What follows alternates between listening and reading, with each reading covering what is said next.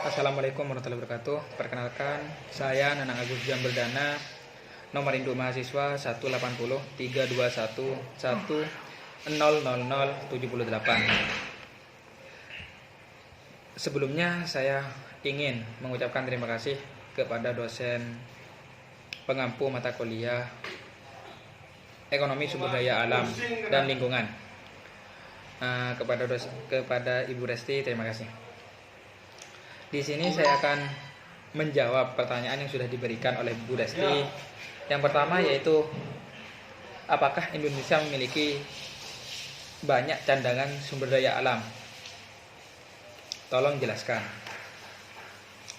Menurut saya, melihat dari beberapa indikator yang sudah saya cari dari beberapa referensi, indikator yang pertama yaitu Indonesia berada di jalur rangkaian gunung berapi, sehingga dalam hal tersebut ketika gunung berapi itu mengalami letusan, maka keadaan lingkungan tersebut, tanah tersebut memiliki tingkat kesuburan yang tinggi, sehingga cocok untuk beberapa tanaman, untuk berbagai tanaman. Kemudian indikator yang kedua, memiliki iklim tropis. Diketahui bahwa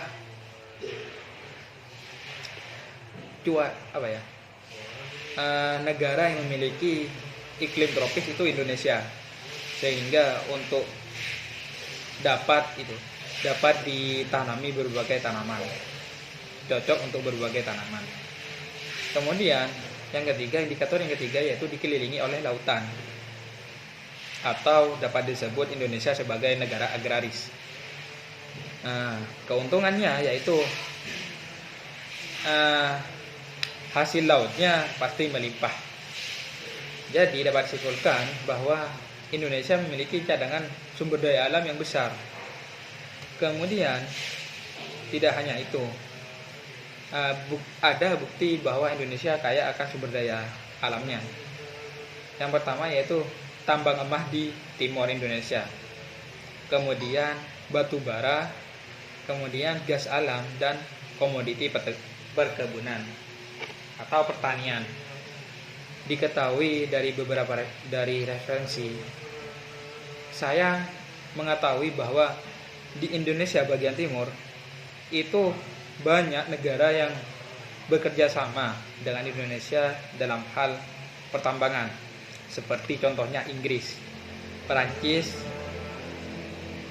Kanada, Cina, dan yang paling besar itu Amerika Serikat. Mereka bekerja sama dalam pengadaan sumber daya dan peralatan. Dan untuk keuntungannya itu, saya masih ironis terhadap Indonesia, dikarenakan Indonesia sendiri yang memiliki sumber daya alam tersebut masih kalah keuntungannya. Mereka yang dari luar itu mendapatkan 60% dari hasil tambang, sedangkan Indonesia sendiri 40%-nya. Itu sangat ironis. Namun secara tidak langsung dari pertanyaan yang pertama itu, Indonesia memiliki banyak cadangan sumber daya alam. Kemudian pertanyaan yang kedua yaitu, bagaimana pendapat Anda tentang penipisan dan kelangkaan sumber daya alam Indonesia untuk sumber hayati dan non hayati? Sumber daya alam hayati yaitu yang dapat contohnya yaitu seperti tumbuhan, hewan, dan hasil laut. Ketika hewan, hasil laut, dan tumbuhan itu mengalami kelangkaan, maka ekosistem ke depannya itu akan mengalami ketimpangan. Misalnya gini,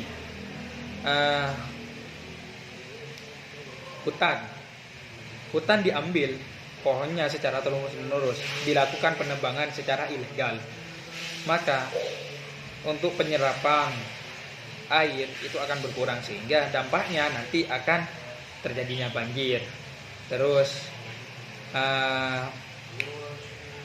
mengurangnya kadar oksigen di udara sehingga menimbulkan lapisan ozon, lubangnya lapisan ozon, dan akan menyebabkan pemanasan global. Kemudian kelangkaan hewan.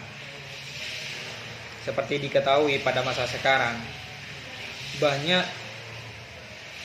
flora dan fauna di Indonesia itu hampir mengalami kepunahan. Misalnya, contohnya, orang hutan sekarang hampir mengalami kepunahan.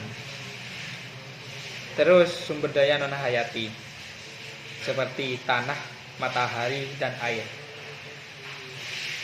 bisa diperbaharui tapi membutuhkan jangka waktu yang lama. Kelangkaan tanah, matahari, dan air ini berpengaruh besar dan berpengaruhnya negatif terhadap kedepannya. Seperti air. Pada zaman dahulu, masih mungkin saya masih kecil, air di sungai itu bisa langsung dikonsumsi. Airnya sangat jernih. Tapi sekarang kita lihat gimana? Banyak pencemaran kan? Karena apa? Karena ulah masyarakat yang sembarang membuang sampah sehingga keadaan air tercemar. Kemudian matahari juga. Perkembangan teknologi semakin cepat. Kendaraan semakin canggih. Polusi tentunya akan meningkat. Sehingga matahari, lapisan ozon itu berlubang. Pemanasan global terjadi. Kemudian tanah. Tanah ini ketika tanah sudah dicekoki yang namanya dengan bahan kimia terus, dampaknya ke tanah akan mengalami kerusakan. Terus pertanyaan yang ketiga, yaitu bagaimana pendapat Anda tentang eksploitasi sumber daya alam secara masif untuk pembangunan? Menurut saya, dampak yang akan terjadi yaitu yang pertama, tentunya kelangkaan lahan. Yang kedua, kelangkaan keanekaragaman hayati. Dan yang ketiga, ketidakmerataan dan keadilan sumber daya alam. Dan yang keempat yaitu kelangkaan kelestarian alam atau pandangan jangka panjang. Tentunya dengan kelangkaan sumber daya alam, penggunaan eksploitasi sumber daya alam yang masif untuk tujuan pembangunan akan mengalami kelangkaan yang namanya lahan. Ketika sudah terjadi pembangunan secara terus-menerus, pembangunan, maka lahan yang ada akan berkurang dan efeknya nanti akan berkelanjutan seperti kelangkaan keanekaragaman hayati, terus ketidakadilan sumber daya alam. Kemudian yang terakhir yaitu apa yang Anda ketahui tentang yang namanya konservasi. Jelaskan dengan jurnal yang sudah Anda review sebelumnya dari 6 jurnal. Ambil salah satu. Melihat dari pengertian, konservasi adalah pengelolaan sumber daya alam secara bijaksana dalam pemanfaatannya secara bijaksana dan bertanggung jawab, sehingga untuk nantinya ekosistem itu akan terjaga.